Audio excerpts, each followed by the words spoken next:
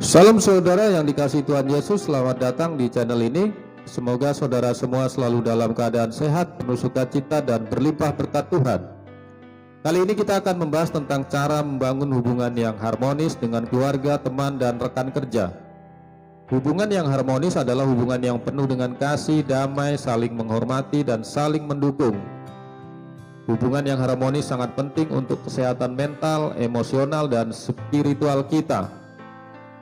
Hubungan harmonis juga dapat meningkatkan produktivitas, kreativitas, dan kebangkitan kita. Namun bagaimana cara membangun hubungan yang harmonis? Apa saja yang harus kita lakukan atau hindari dalam berhubungan dengan orang lain? Untuk menjawab pertanyaan-pertanyaan ini, kita bisa belajar dari Alkitab, firman Tuhan yang mengajarkan kita tentang hikmat dan kebenaran dalam hidup ini. Alkitab penuh dengan kisah-kisah para raja, nabi, dan rasul yang mengalami berbagai macam situasi dalam hubungan mereka dengan keluarga, teman, dan rekan kerja. Dari kisah-kisah tersebut kita bisa menemukan beberapa prinsip dasar yang dapat membantu kita membangun hubungan yang harmonis dengan orang-orang di sekitar kita. Prinsip pertama adalah memaafkan. Ini adalah prinsip dasar yang sangat penting dalam membangun hubungan yang harmonis.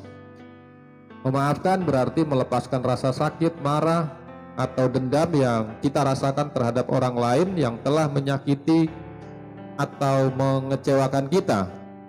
Memaafkan juga berarti tidak membalas dendam atau menyimpan kesalahan orang lain di hati kita, mengharapkan yang terbaik untuk orang lain dan memberi kesempatan untuk memperbaiki hubungan. Salah satu contoh orang yang memaafkan dalam Alkitab adalah Yusuf. Yusuf adalah anak kesayangan dari Yakub dan juga seorang pejabat tinggi di Mesir. Namun sebelum menjadi pejabat, Yusuf adalah seorang budak yang dijual oleh saudara-saudaranya karena iri hati. Yusuf mengalami banyak penderitaan dan pengkhianatan dalam hidupnya. Namun ketika ia bertemu kembali dengan saudara-saudaranya yang datang ke Mesir untuk mencari makanan saat ada kelaparan besar, Yusuf tidak marah atau dendam kepada mereka.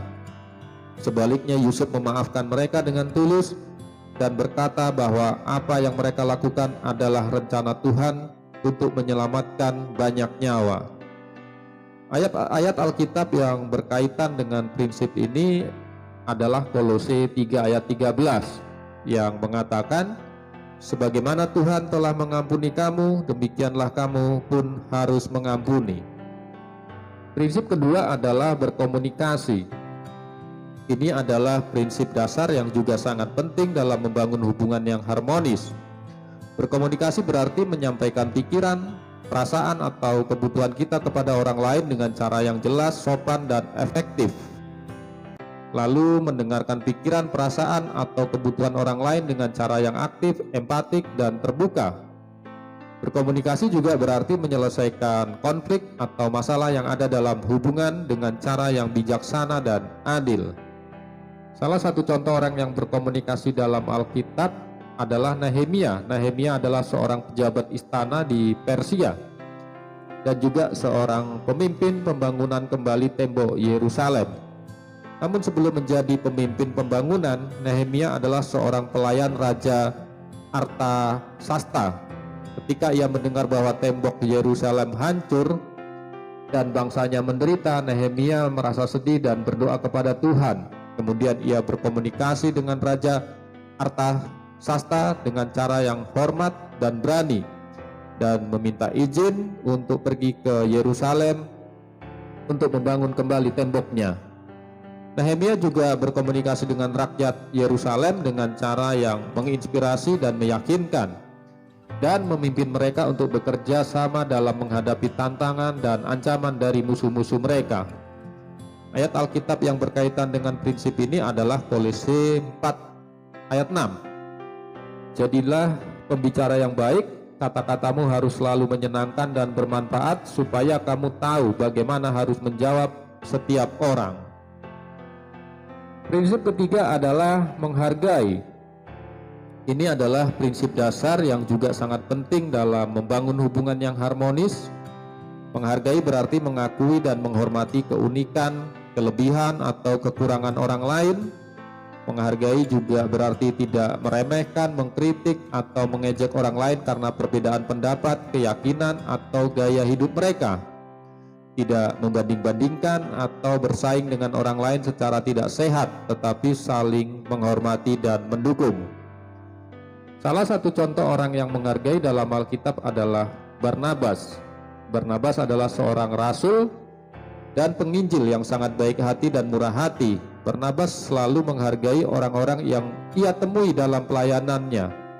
Ketika ia mendengar bahwa Saulus, seorang penganiaya gereja, telah bertobat dan menjadi rasul, Barnabas tidak ragu untuk menyambutnya dan membawanya ke gereja di Antioquia. Ketika ia melihat bahwa banyak orang percaya di sana membutuhkan bimbingan rohani, Barnabas tidak segan untuk mencari Paulus dan membantunya mengajar mereka. Ketika ia melihat bahwa Markus, seorang murid yang pernah meninggalkan mereka dalam perjalanan misi, ingin ikut lagi dengan mereka, Barnabas tidak menolaknya, tetapi membela dan membimbingnya. Kita bisa lihat di Roma 12 ayat 10, hendaklah kamu saling menghormati lebih daripada menghormati dirimu sendiri. Prinsip yang keempat adalah berbagi. Ini adalah prinsip dasar yang juga sangat penting dalam membangun hubungan yang harmonis. Berbagi berarti memberikan sesuatu yang kita miliki atau bisa kepada orang lain yang membutuhkan atau menghargainya. Berbagi juga berarti menerima sesuatu yang orang lain berikan atau tawarkan kepada kita dengan cara yang bersyukur dan ramah. Berbagi juga berarti tidak pelit atau kikir, tetapi murah hati dan dermawan. Salah satu contoh orang yang berbagi dalam Alkitab adalah Tabita. Tabita adalah seorang perempuan Kristen yang sangat baik dan saleh. Tabita selalu berbagi dengan orang-orang miskin dan janda di kota Yope. Tabita membuat pakaian-pakaian indah untuk mereka dan memberikannya dengan kasih sayang. Ketika Tabita meninggal karena sakit, banyak orang berkabung atas kepergiannya. Mereka menunjukkan kepada Petrus, seorang rasul yang datang ke sana, pakaian-pakaian yang Tabita buat untuk mereka. Petrus terharu melihat kasih Tabita kepada orang-orang miskin dan berdoa kepada Tuhan untuk membangkitkannya dari kematian.